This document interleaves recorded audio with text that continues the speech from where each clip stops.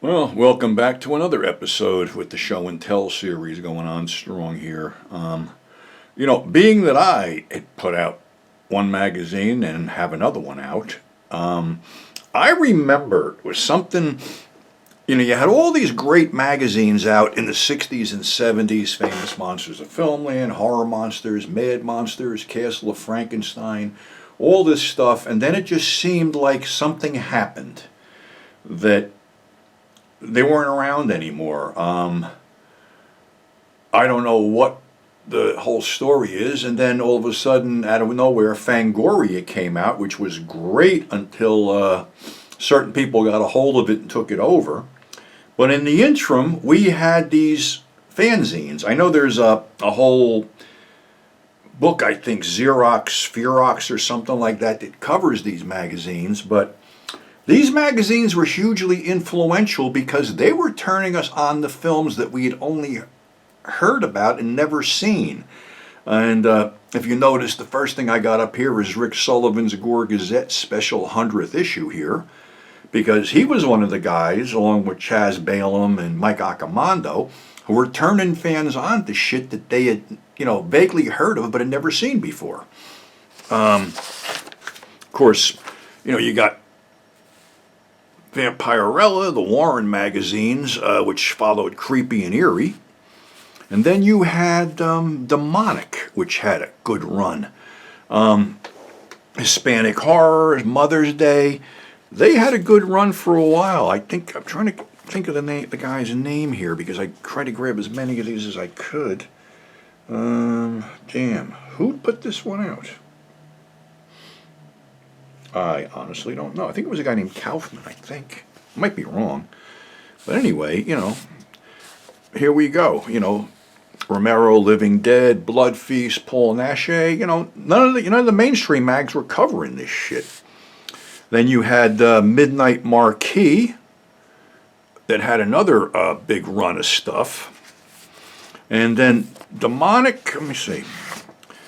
Missed up. Here's some more Gore Gazettes that I missed. Of course, these were just newsletters. They were only, 4 pages, whatever Rick could get away with here. Unfortunately, Rick's no longer with us either, but left a huge legacy and really pushed the envelope a lot. I think this was the last issue of Demonic. I guess this was a shot from Horror Hospital, if I remember right. I'm trying to think what this kid's name was now. God, now you got me zipped up here. Trying to think. Barry Kaufman, I was right. That's his name, Barry Kaufman. I don't know if he's still around or not. Then you had these small collectors magazines like Shockers with Ruggiero Diodato Cannibal Holocaust. And of course, Creepy. Creepy was one of the best, actually. It was something, being that I never actually got to see an EC comic and never actually, in all my travels and wheeling and dealing and shit, never actually saw an actual EC comic. These were sort of like the next best thing, and they were just as good, if not better. They had great artists, great writers, and everything. And here's an oddball one. This thing only went 4 issues, I believe. Shriek. Monster Go Home, Frankenstein Conquers the World. It had a little more of an adult slant to its magazine here. I'm trying to think when this, when did this come out? 67. And here's Craig Ledbetter's European Trash Cinema, which Stephen Bissett illustrated a lot. Unfortunately, we just lost Craig a few months ago, too. Another one, Celluloid Nightmare, with an interview by Brink Stevens. This is one I was involved in, unfortunately, through no fault of anybody's except misrepresentation. This was going to be pretty much going strong, but the whole thing was they wanted to get this in Barnes & Noble. And when Barnes & Noble gets their hands on shit, what they do is they cut this off of the unsold magazines and return that to you for credit, showing that the magazine wasn't sold, and they throw the rest in the trash. Well, it sucks because the whole reason of getting the damn thing in circulation was if people like the one they got in their hand, they're going to buy the back issues. So that basically sunk Scars, which I was heavily involved in for a while. Cult Movies was another one that was pretty good. I don't think that's around anymore either. I think the guy who was putting this out had a medical problem. Echo was another fanzine put out by Charles Kilgore, I believe. I think that was his name. Let me make sure. I don't want to fuck this up. Yep, Charles Kilgore. I don't know what happened to him either. Another European trash cinema, illustrated by Steve Bissett.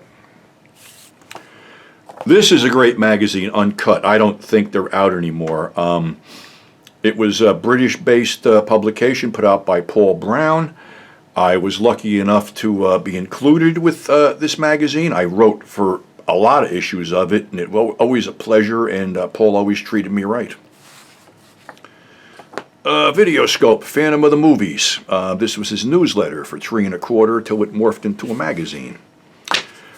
Number 7 of Shock Cinema. Shock Cinema is Steve Polchowski's and is still around today and is required reading and is still available in Barnes & Noble and other stores. And he just had to raise the cover price because of the printing costs, but it had stayed at $5 for, God, decades.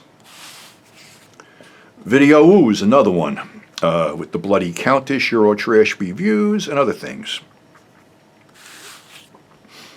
A Monique Gabriel fan club newsletter, which I have no idea how I got it because I don't belong to anybody's fan club, and this was kind of weird, and really don't give a shit about it.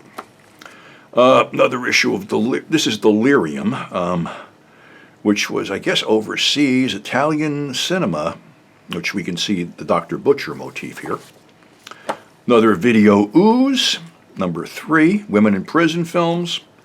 Drive-Ins Revisited, Erica Blank, Italian horror movies, and more. See, these were all fanzines, and these kept it going. Now, this is the ultimate one, Charles Balen.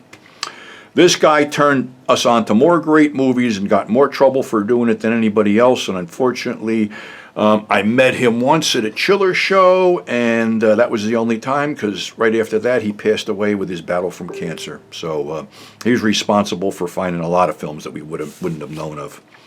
And the magazine kept coming out. Johnny Dismember Me, Italian Sleaze Legend, Giovanni Ribisi.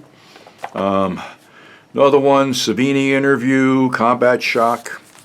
And then Chiller Theater magazine had Zachary Special for his birthday bash.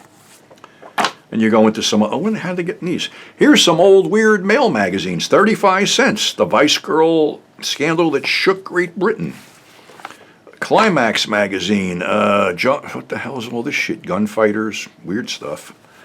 Champion magazine for men, Slaughter Them Slowly. That would have been an Italian cannibal movie. And last but not least, Chiller Theater ran a magazine out to do it in conjunction with the shows. I don't think they do it anymore, but you know, this is what it looked like, and I wrote for them too. So that's our little zine scene for this episode, so hope you liked it, and new subscribers, thank you for subscribing. Old subscribers, thank you for tuning in, and hope you enjoyed it, and we'll catch you on the flip side.